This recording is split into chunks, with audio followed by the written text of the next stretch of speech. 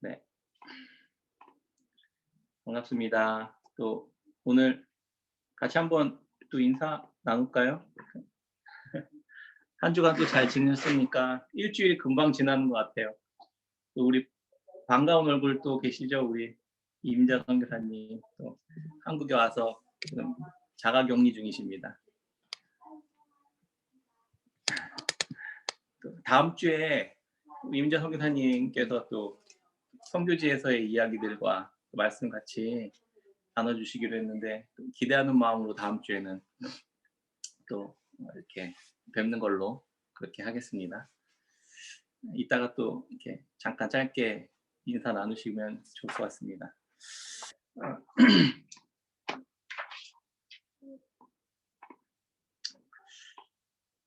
지난주 월요일에 부모님과 함께 미리 현충원회를 좀 다녀왔습니다. 카톡방에다가 사진을 조금 이렇게 올렸었는데 오늘이 현충일이네요.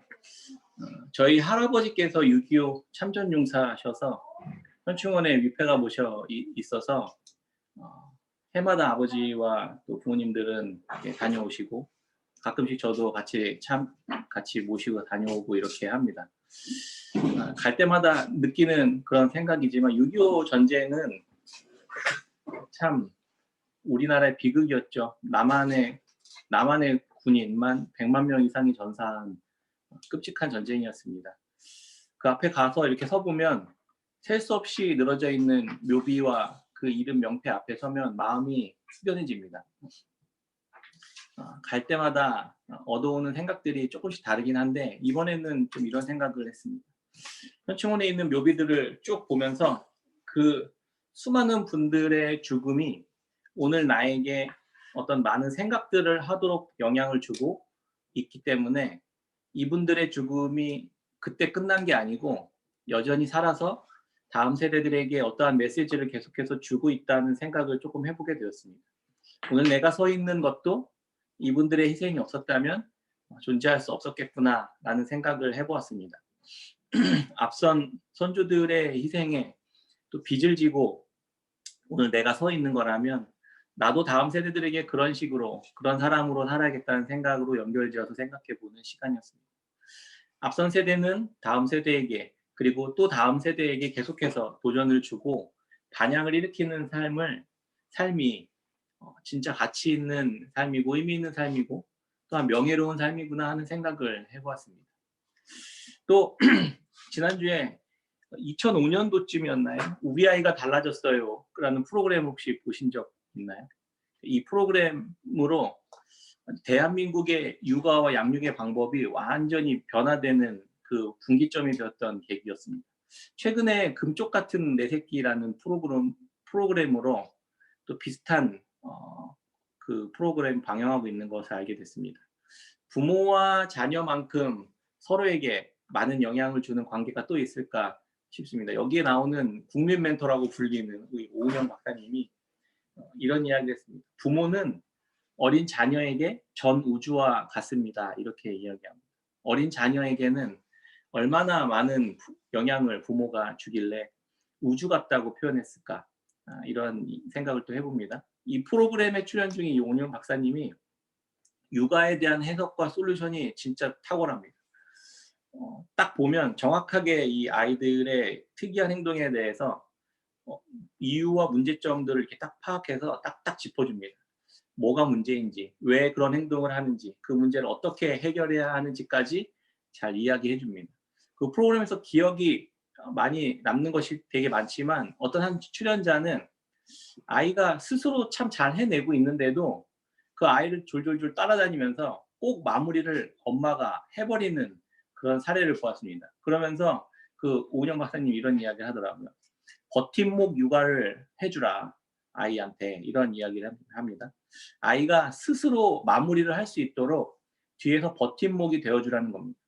그래야 그 아이가 잘 해내면 자기 자신도 스스로 뿌듯함을 느끼고 실수하면 절망하지 않고 뒤에서 버텨주는 든든한 엄마가 있기 때문에 얼마든지 다시 잘해볼 수 있도록 격려해 줄 수 있고 아이가 또 그걸 통해서 스스로 성장할 수 있는 방법이 된다. 이렇게 조언해 주는 게 기억에 참 남습니다. 양육에 대한 생각이 이 박사님의 생각은 이래요. 자녀 양육의 최종 목적은 건강하게 독립하는 것이다. 이렇게 이야기해 줍니다. 하나님도 우리에게 이 방송을 보면서 이 같은 방법을 비슷하게 사용하시는 것 같다는 생각을 해 보았습니다. 하나님도 우리가 결국 믿음으로 독립하는 것이 하나님이 우리를 향한 최종적인 목적입니다. 그래서 버팀목 육아처럼 우리에게 버팀목이 되어 주십니다. 그런데 어느 순간 그 버팀목을 제거해내는 순간도 옵니다. 두렵고 무섭고 외롭고 버려진 것 같은 생각이 들 수 있겠지만 그것은 건강하게 독립시키기 위한 하나님의 방법이라는 사실들을 우리가 기억했으면 좋겠습니다. 오늘 우리가 함께 살펴볼 본문은 요아스 왕의 이야기입니다. 요아스에게 하나님은 이 버팀목 육아의 방식으로 믿음이 어떻게 성장하기를 기대하셨는지 함께 살펴보려고 합니다. 지난주에 우리 악녀 아달랴의 삶을 살펴보면서 악녀였지만 아달랴가 왜 그렇게 악녀가 될 수밖에 없었는지 그 삶의 이면에 대해서도 함께 이해해보는 시간을 우리가 잠시 가졌었습니다. 그 사람이 살아온 환경을 좀 이해하면 그 사람에 대해 많은 부분들을 이해할 수 있습니다. 아달랴의 손자인 요아스도 그 삶을 들여다보면 삶이 좀 참 딱합니다. 요아스의 할아버지가 여호람 왕입니다. 이게 막 왕들의 이야기가 막 나오니까 헷갈리실 수 있을 것 같아서 이게 주부에다가 그 분열 왕국 이후에 왕족들의 도표를 이렇게 올려놨습니다. 보실 수 있는 분들은 보시면서 따라와도 헷갈리지 않을 수 있을 것 같아요. 요아스의 할아버지는 여호람 왕입니다. 아합의 딸 아달랴와 결혼했고 아달랴의 말을 따라서 우상 숭배하고 하나님을 버리고 돌아섰다는 이유로 창자가 배 밖으로 튀어나오는 중병에 걸려 죽었습니다. 그때 복속 국가였던 블레셋과 구스인들의 침략으로 인해서 그 요아스의 아버지인 아하시아 외에 모든 가족들이 다 죽임을 당하는 상태를 경험합니다. 유일하게 살아남은 아하시아는 왕이 되었습니다. 아하시아는 어머니 아달랴의 꾀에 빠져서 하나님을 버리고 또 우상 숭배를 행합니다. 1년 만에 북이스라엘과 가까이 친하게 지내다가 북이스라엘의 왕이었던 요람 왕과 함께 가까이 지내다가 전쟁까지 참여합니다. 그때 북이스라엘의 요람 왕을 처단하기 위해서 세워진 예후라는 사람의 손에 의해서 요람 왕을 병문안 갔던 이 아하시아가 아니지 병문안 헷갈리네 저도. 요람 왕과 가까이 지내다가 함께 전쟁도 참여하고 북이스라엘 요람 왕을 처단하기 위해서 하나님이 예후라는 사람을 다음 왕으로 세우고 다 진멸하려고 하셨던 상황이었습니다. 북이스라엘의 상황이. 그래서 병문안을 북이스라엘의 그 요람 왕에게 병문안을 갔던 아시아가 얼떨결에 함께 같이 죽임을 당합니다. 그게 요아스의 아버지였었고 요아스가 그 해에 태어났었습니다. 그러니까 아버지가 돌아가신 해에 요아스는 태어났던 거죠. 아달랴는 아달랴는 자신의 아들 아하시아가 쿠데타로 죽임을 당한 모습을 보고는 유다 왕국의 모든 후손들을 다 죽여버리고 자기가 왕 자리에 올라갑니다. 아주 끔찍한 비극적인 일이었죠. 아하시아의 아들인 요아스도 아달랴의 그 칼에 죽임을 당할 뻔하지만 그의 고모 여호사밧과 고모부인 제사장 여호야다의 도움으로 목숨을 간신히 구하게 됩니다. 어린 시절에 경험한 이 환경과 상황들이 한 사람에게 얼마나 많은 영향을 끼치는지 우리는 잘 알고 있지 않습니까? 부정적인 이 영향들이 그런 기억들이 어른이 되어서까지 그대로 다른 모습으로 드러나는 것들을 많이 보게 됩니다. 요아스도 남유다의 왕족 집안에서 태어났지만 요아스의 할아버지나 아버지 얼굴을 한 번도 본 적이 없습니다. 할머니 아달랴는 만행을 저질러서 그 왕족에 있었던 가문에 있는 모든 이들 다 학살해버린 거예요. 요아스 입장에서는 형제도 다 죽었고 사촌도 없고 아버지, 할아버지까지 다 죽임을 당했던 그 어린 시절을 보낸 것입니다. 그렇게 해서 제사장 가문에 들어가서 살게 된 그 이면의 배경이 요아스의 삶에 있었던 겁니다. 요아스가 겪은 이 상황이 그의 삶에 어떤 영향을 주었을까요? 아주 매우 어려운 환경이었을 것임은 틀림없는 것 같습니다. 요아스는 그에게 주어진 상황 속에서 받는 상황들을 요아스는 홀로 든든히 서지 못하고 사람을 계속해서 의지하는, 그렇게 사람을 의지하고 사람에게 휘둘릴 수밖에 없는 그런 사람이 되었던 것 같습니다. 오직 유일하게 그가 의지한 사람이 그를 구해줬었던 제사장 여호야다였습니다. 세상에 믿을 사람 아무도 없었고 의지할 대상도 없었던 겁니다. 7살의 왕이 되어서 사실 아무것도 알 수 없는 어린 나이에 왕이 되고 나서 그냥 자리에만 앉아 있었고 여호야다가 대신 왕의 그 직무를 대행하는 섭정이 이루어지게 된 것입니다. 요아스는 그를 아버지처럼 길러준 여호야다의 특별한 보호와 가르침 속에서 자랐습니다. 하나님은 그런 요아스의 삶을 바라보시면서 요아스를 위해 하나님이 준비해 놓으신 사람이 바로 여호야다였구나라는 생각을 말씀을 보면서 하게 되었습니다. 오래전부터 그 요아스의 그 아픔, 그 상처들을 회복하시기 위해 준비해 놓으셨던 그 여호야다라는 사람, 그 여호야다의 나이를 보고 저는 깜짝 놀랐습니다. 역대하 24장 15절에 보면 여호야다가 나이가 많고 늙어서 죽으니 죽을 때에 130세라. 여호야다가 죽을 때 나이가 무려 130세였다는 겁니다. 아달랴로 인해서 다윗과 맺은 언약의 집이 죄에 빠지고 파산에 이르고 요아스 한 사람만 딱 남았습니다. 간신히 살아남은 그 풍전등화와 같은 상황 속에서 하나님이 준비해 놓은 사람이 바로 여호야다였던 겁니다. 요아스는 거의 버려진 것 같은 상황에 자신의 삶이 놓여졌습니다. 모든 것이 다 끝난 것 같은 그런 상황에 놓인 요아스에게 하나님은 130년 전부터 미리 예비해 두신 여호야다를 붙여주셨던 겁니다. 그의 나이가 130세라면 거꾸로 한번 왕족들로 올라가면서 계산해 봤습니다. 유다의 거의 모든 왕을 직간접적으로 다 경험해 왔었던 제사장이었던 겁니다. 요아스가 죽기 직전까지 살았다는 가정하에 왕들의 통치 기간을 거꾸로 한번 계산해 보면 요아스 40년, 아달랴 위로 6년, 아하시아 1년, 여호람 8년, 여호사밧 25년, 아사 41년, 아비야 3년, 그리고 르호보암 왕이 된 지 11년째에 태어났던 겁니다. 놀랍지 않습니까? 저는 이걸 보고 깜짝 놀랐는데 생각하면서 다들 별로 뭐 그런가 보다 하는 그런 표정들이시네요. 다윗 왕국이 솔로몬 이후에 분열되기 시작하면서 태어났습니다. 역대 왕들을 거의 다 직간접적으로 경험한 정말 경륜 있고 노련한 그 여호야다를 하나님은 요아스 왕에게 붙여주셨던 겁니다. 왕들이 하나님 앞에서 어떻게 살았고 말씀대로 어떻게 살았을 때 어땠고 하나님을 버렸을 때 어땠고 어떻게 결국 죽음을 당하게 되었는지 가까이서 지켜보았던 수많은 경험과 연륜들을 가지고 있었던 이 여호야다를 홀로 남겨져 버린 요아스에게 붙여주셨던 겁니다. 어떤 생각이 드시나요? 저는 이 생각을 하고 나서 하나님의 크심과 지혜와 은혜와 사랑을 생각하게 되었습니다. 요아스가 끔찍한 가정에서 태어나서 위기와 아픔과 상처와 트라우마를 갖고 살아가게 될 것을 하나님은 미리 알고 계셨던 겁니다. 도무지 홀로 지낼 수 없고 제대로 된 왕으로서의 역할을 감당할 수 없었던 요아스의 아픔을 홀로 견디도록 하지 않기 위해서 하나님은 130년 전부터 여호야다 한 사람을 준비시키셨던 겁니다. 여호야다는 요아스에게 있어서 복음과 같은 존재였던 겁니다. 바로 예수 그리스도와 같은 존재였던 거죠.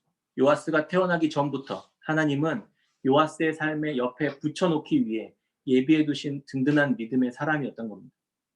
제가 이 말씀을 보면서 예전에 저의 간증이 될 만한 이야기를 생각이 좀 났었는데 20대 초반에 정말 하나님을 알고 싶어서 제가 모태신앙이었지만 하나님을 만난 적이 없어서 하나님을 내가 만나고 싶고 알고 싶은데 그렇게 막 몸부림쳤었던 그런 시절들이 생각났습니다. 로마서 5장 8절 말씀을 보면서 제가 하나님을 만났는데 우리가 아직 죄인 되었을 때에 그리스도께서 우리를 위하여 죽으심으로 하나님께서 우리에 대한 자기의 사랑을 확증하셨느니라. 이 말씀을 읽으면서 늦은 밤에 처절하게 하나님을 정말 간절히 찾았던 때가 있었습니다. 하나님 만나고 싶어서 신앙 서적도 정말 손에 잡히는 대로 많이 읽고 주변에 믿음의 선배들을 많이 찾아다녔던 기억이 납니다. 근데 그 어느 곳에서도 정말 주님을 이렇게 만나고 알 수 있는 방법이 없었습니다. 아무런 기대 없이 그냥 성경 말씀을 읽고 어느 늦은 밤에 책상 앞에 앉아서 로마서 말씀을 읽고 있었을 때 그때 저 말씀이 저의 마음속에 제 눈 속에 들어오기 시작했고 그 말씀은 저의 마음과 영혼에 살아서 저를 막 움직이기 시작했었습니다. 사실 제 20대 초반에 그 대학 그 학창 시절은 사실 별반 소망이 없는 시간들이었습니다. 친구들이 함께 늦은 시간까지 술자리를 이렇게 가지면서 막 즐겁게 웃고 놀던 때였습니다. 왜 사는지, 무엇을 위해 살아야 하는지 전혀 몰랐습니다. 어쩔 수 없이 남들 다 하는 거니까 하고 있을 뿐이었습니다. 지금도 그렇게 지내시는 분이 계십니까? 그런데 제 마음속에 깊은 곳에는 말할 수 없는 공허함과 허무함들이 가득 있었습니다. 저 모태신앙이었었다니까요. 그런데도 그랬었습니다. 뭘 해도 의미 있고 재미있는 게 별로 없었습니다. 그때 늦은 밤에 터덜터덜 밤하늘을 바라보며 기도했었던 기억이 납니다. 하나님이 계시다면 제가 좀 만나고 싶습니다. 그래야 내가 누군지, 내가 왜 사는지, 무엇을 위해 살아야 하는지 알 수 있을 것 같습니다. 이렇게 홀로 전화박스 같은 데 기대가지고 그냥 기도했었던 기억이 납니다. 그때 무슨 일이 일어나는지 아십니까? 기대되시죠? 아무 일도 일어나지 않았습니다. 하나님은 아무 말씀도 하지 않으셨습니다. 그냥 그렇게 밤이 지새워지고 시간은 지났습니다. 한 5년 정도 흐른 뒤였나? 여전히 저는 그래도 하나님을 찾고 있었습니다. 그런데 로마서 5장 8절 말씀 읽을 때 우리가 아직 죄인 되었을 때에 그리스도께서 우리를 위하여 죽으심으로 하나님께서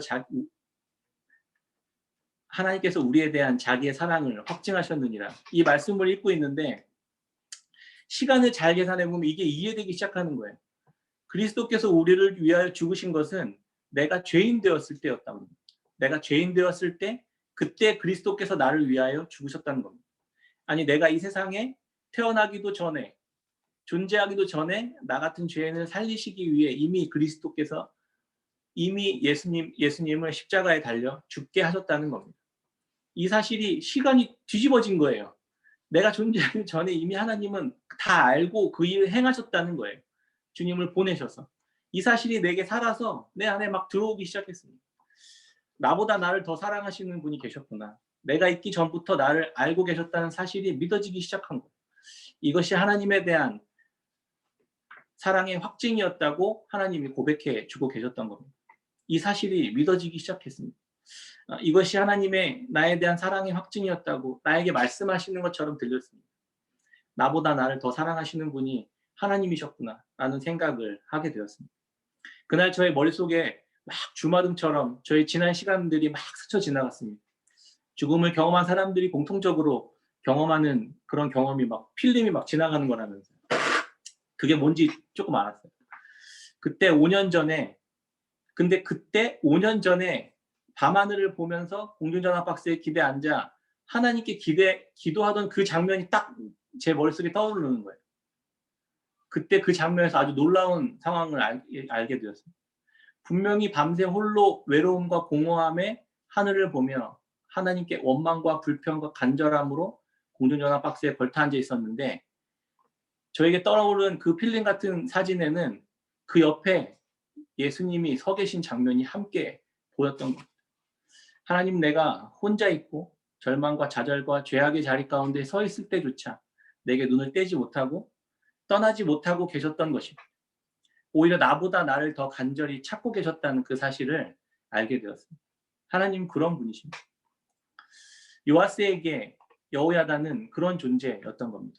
마치 예수님처럼 130년 전에 미리 준비해 놓은 하나님의 사랑과 은혜의 사람을 요아스에게 붙여주셨던 겁니다.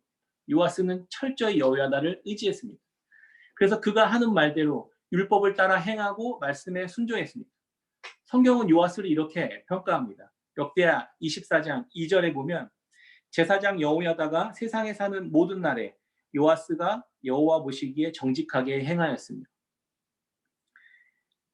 정직하게 하나님 보시기에 정직하게 행했습니다. 요아스가. 그렇게 상처가 많고 트라우마가 있고 가정에 완전히 정말 말로 표현할 수 없는 끔찍한 비극을 경험한 요아스가 하나님 말씀에 하나님 보시기에 정직하게 행했던 겁니다. 예수님은 요시야 같은 우리들에게 여호야다 같은 분이십니다. 요시야는 여호야다와 함께 성전을 재건하는 일에 앞장서기 시작합니다. 지혜를 발휘해서 성전 보수를 위해 백성들의 참여가 극대화될 수 있게 방법을 찾아내기도 합니다. 그 돈으로 성전을 보수하고 재건하는 일을 요아스는 그렇게 그것을 잘 감당해냅니다.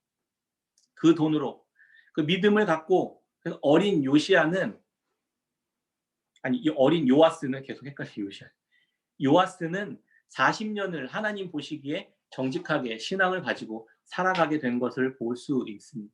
예수님을 처음 만나고 우리 모두 다 그렇게 삶이 막 뜨겁지 않습니까? 주님을 위해 살아가게 되고 하나님 보시기에 믿음 좋은 신앙으로 계속해서 성장해 갑니다.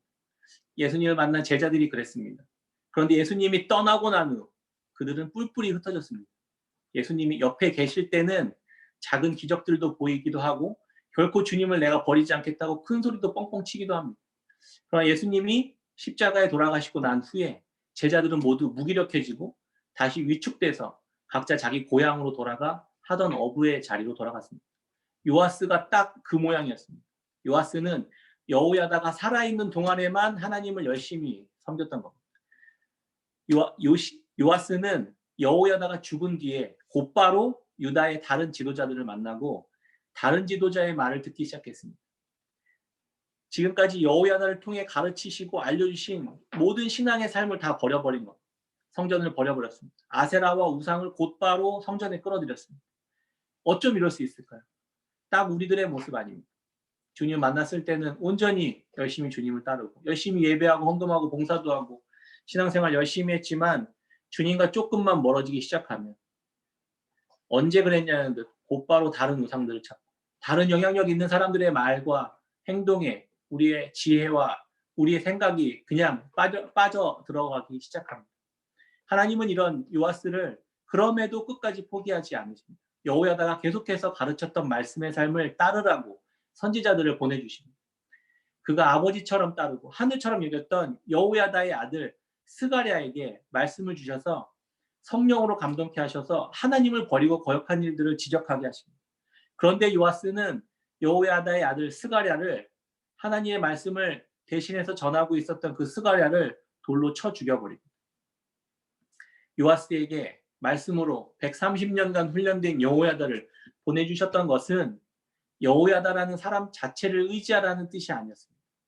그를 통해 그와 함께 여호야다가 130년간 신실하게 믿음으로 살았던 것처럼 요아스도 든든히 하나님 말씀 앞에 그렇게 홀로 서서 하나님만 바라보는 그런 왕이 되라고 그렇게 자라고 성장해 가라고 하셨던 의도였던 겁니다. 그러나 요아스는 여호야다가 살아있는 동안에 나의 하나님을 의지하는 훈련을 해내지 못했던 겁니다.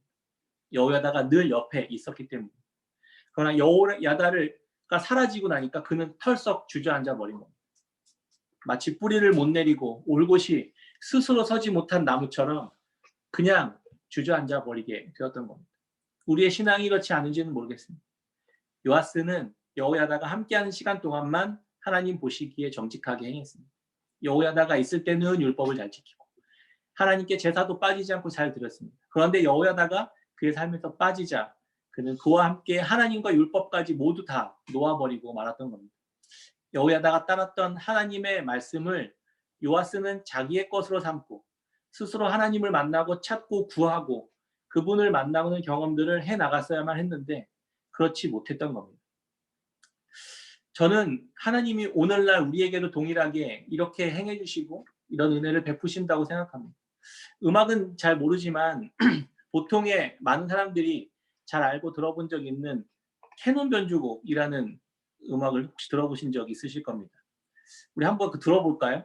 들어보실 수 있을까요?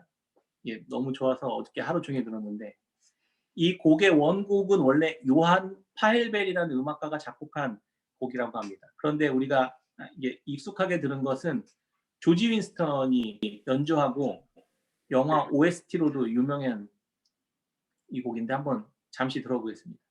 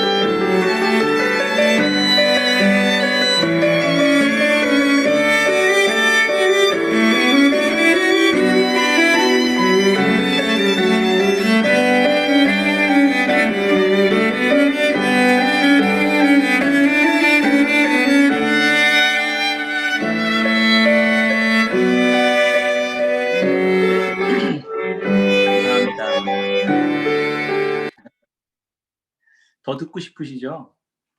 꼭 찾아서 많이 들어보세요. 아름다운 선율의 이 곡, 영화 OST로도 사용되어져서 많이 알려진 이 곡인데 슬기로운 의사생활에서 합주한 것 때문에 또 많이 알려져 있기도 하죠.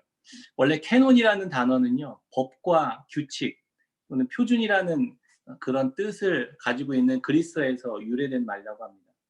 음악에서 이 캐논을 사용할 때 이런 음악을 말합니다. 2개 이상의 성부로 이루어진, 방금 들으신 것처럼 한 개의 성부를 다른 한 개의 성부가 일정한 간격을 두고 계속 따라가는, 이게 돌림 노래거든요. 돌림 노래처럼 대위법적인 악곡을 말한다 이렇게 정의하는데, 엄격한 모방이라고 해서 그대로 모방하는 게 아니라 그 규칙을 엄격하게 지킨다는 뜻으로 쓰입니다.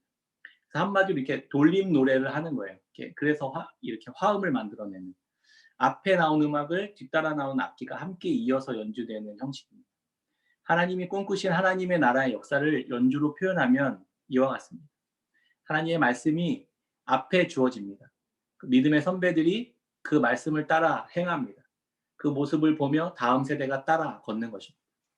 그렇게 역사는 세상 속에서 하나님의 법과 규칙을 따라 함께 이어져 화음을 이루어 연주되는 캐논 변주곡과 같습니다. 우리의 삶은 이처럼 말씀의 규칙을 따라 함께 율법을 행하는 아름다운 곡의 화음이 되는 것입니다. 이것보다 더 근원적인 캐논의 본질적인 의미는 교회에서 원래 쓰였습니다. 우리 손에 들려진 이 정경, 이 성경을 원래 캐논이라고 이야기했습니다. 하나님의 법과 그에 따른 질서와 삶의 원리가 캐논인 것입니다. 또 다른 의미, 캐논의 역할적 의미는 이 말씀과 율법은 꼿꼿한 막대기라는 뜻으로 쓰입니다. 하나님의 말씀을 우리에게 주셔서 우리의 삶에 막대기, 잣대처럼 꽂아 놓는 거예요. 우리와 함께 그 잣대를 묶어서 딱 든든하게 해놓는 겁니다. 마치 싹이 난 지 얼마 되지 않은 나무가 뿌리를 내리기 전까지 넘어지지 않고 쓰러지지 않고 이렇게 지지하도록 하는 역할을 하는 겁니다. 그게 캐논이에요. 잣대를 가지고 이 사람 평가하고 재단하고 정죄하는 게 아니라 우리 옆에 묶어두는 거예요. 이 잣대기, 이 막대기를 따라서 자라라고요. 뿌리를 내리라고요. 그때까지 묶어두는 겁니다. 그게 율법입니다. 왜 너희들은 못해? 왜 그거밖에 못해라고 하나님 평가하지 않으십니다. 정죄하기 위한 목적이 아니라 하나님의 형상대로 만들어진 존재가 하나님의 형상을 닮을 때까지 옆에서 계속해서 지지해주는 역할을 하는 게 하나님 말씀인 것입니다. 요아스 옆에 보내신 여호야다가 바로 캐논의 역할을 한 거죠. 우리에게 보내신 예수 그리스도가 말씀, 율법을 성취하신 캐논으로 우리 옆에 서 계신 것입니다. 그분을 따라 우리의 믿음과 신앙이 자라가도록 하신 하나님의 베푸신 은혜인 것입니다. 그분을 따라 우리 또한 그 연주를 동일하게 행해 나가며 그 율법과 말씀을 행해 나가며 하나님과 함께 하나님 나라의 이 화음을 이루어가는 것이 믿음의 삶인 것입니다. 때론 예수님이 보이지 않을 때에도 하나님을 향한 마음이 변하지 않는 믿음의 장성한 분량까지 자라가는 것이 예수님께서 우리에게 보이신 모습이고 우리에게 찾아오신 이유인 것입니다. 그 길을 따라 그대로 반복해서 그분과 같이 화음을 맞추고 말씀을 따라 오늘 우리에게 주어진 삶을 연주해 가는 것입니다. 그 최종적 목적은 어떠한 환경에서도 넘어지지 않고 지지대가 되신 그리스도께서 우리 삶에 보이지 않을 때에도 우리 안에 주시는 성령님을 따라 하나님을 신뢰하고 하나님의 말씀을 묵묵히 따라 행하는 자가 되는 것입니다. 오늘 우리 함께 말씀을 나누었는데요. 우리 깨끗한 생교회 성도님들이 모두가 다 이렇게 그리스도와 함께 묶인 바 되어서 그분을 따라 행하고 우리가 든든하게 하나님께 말씀과 믿음을 따라 뿌리를 내리고 든든하게 자라가고 많은 열매들을 맺어가는 그렇게 복되고 아름다운 하나님 나라의 이 화음들을 이뤄가는 하나님의 귀한 백성들, 성도님들이 다 되셨으면 좋겠습니다. 그렇게 되시기를 또 주의 이름으로 축원합니다. 아멘.